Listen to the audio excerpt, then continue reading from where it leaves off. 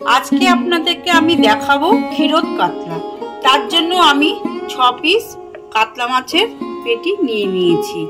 এই ক্ষীরোদ কাতলা বানানো আপনারা অন্য মাছ দিয়েও বানাতে পারেন, যেখানে আপনার ভেটকি বা রুই মাছ দিয়েও হতে পারে। আমি এই মাছের গায়ে ভালো করে ধুয়ে পরিষ্কার করে নিয়েছি। এবার আমি এর গায়ে অল্প একটু নুন দিয়ে দেব। ভালো করে নুনটা মাখিয়ে নেব। তারপরে আমি এই মাছগুলোকে ভেজে নেব। আমি এখানে রিফাইন তেল দিয়ে দিচ্ছি অল্প পরিমাণে। এবার মাছগুলোকে আমি ভেজে নেব। একটা করে মাছ দিয়ে দিচ্ছি।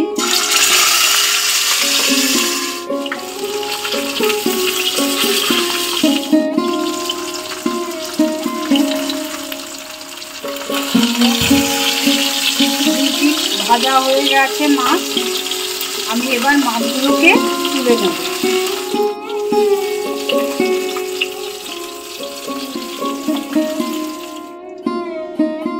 এই তেলের মধ্যেই আমি 1 চামচ ঘি দিয়ে দিচ্ছি। এখানে ধনে, জিরে, মৌরি গুঁড়ো আছে আমার ঘরে বানানো, আমি এটা এখানে দিয়ে দিচ্ছি।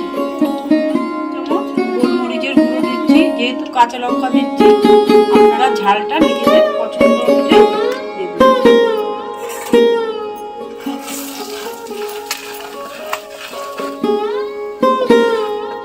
এখানে 1 চামচ মতো নুন দিয়ে দিচ্ছি।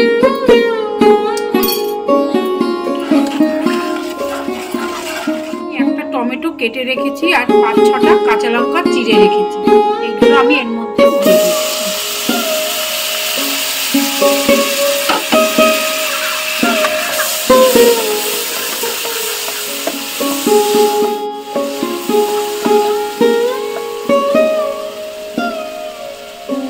টমেটো আছে তাই জন্য একটুখানি আমি এটাকে ঢেকে দিচ্ছি।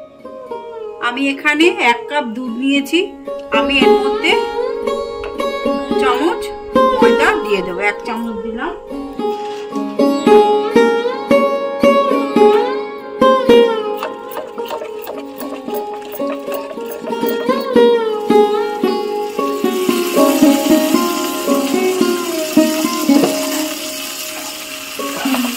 মশলাটা কষানো হয়ে গেছে, আমি এর মধ্যে দুধ দিয়ে দিচ্ছি। ময়দা দিয়ে গুলে রেখেছিলাম সেই দুধটা আমি এখানে দিয়ে দিচ্ছি।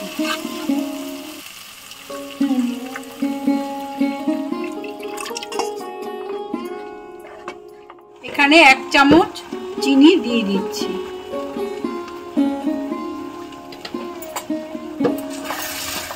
আমি এখানে 1/2 চামচ মতো ঘি দিয়ে দিলাম, 1/2 চামচ মতো গরম মশলা দিয়ে দিলাম।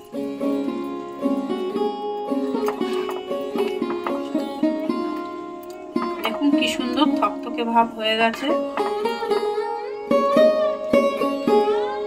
মাছগুলো দিয়ে দিচ্ছি।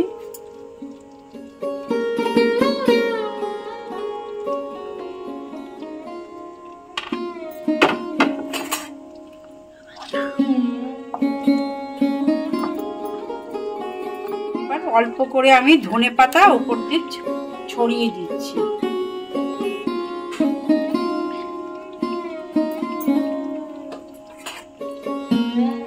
ক্ষীরোদ কাতলা রেডি হয়ে গেছে। এবার আমি গরম গরম ভাতের সাথে হোক পোলাওর সাথে আমি পরিবেশন করব।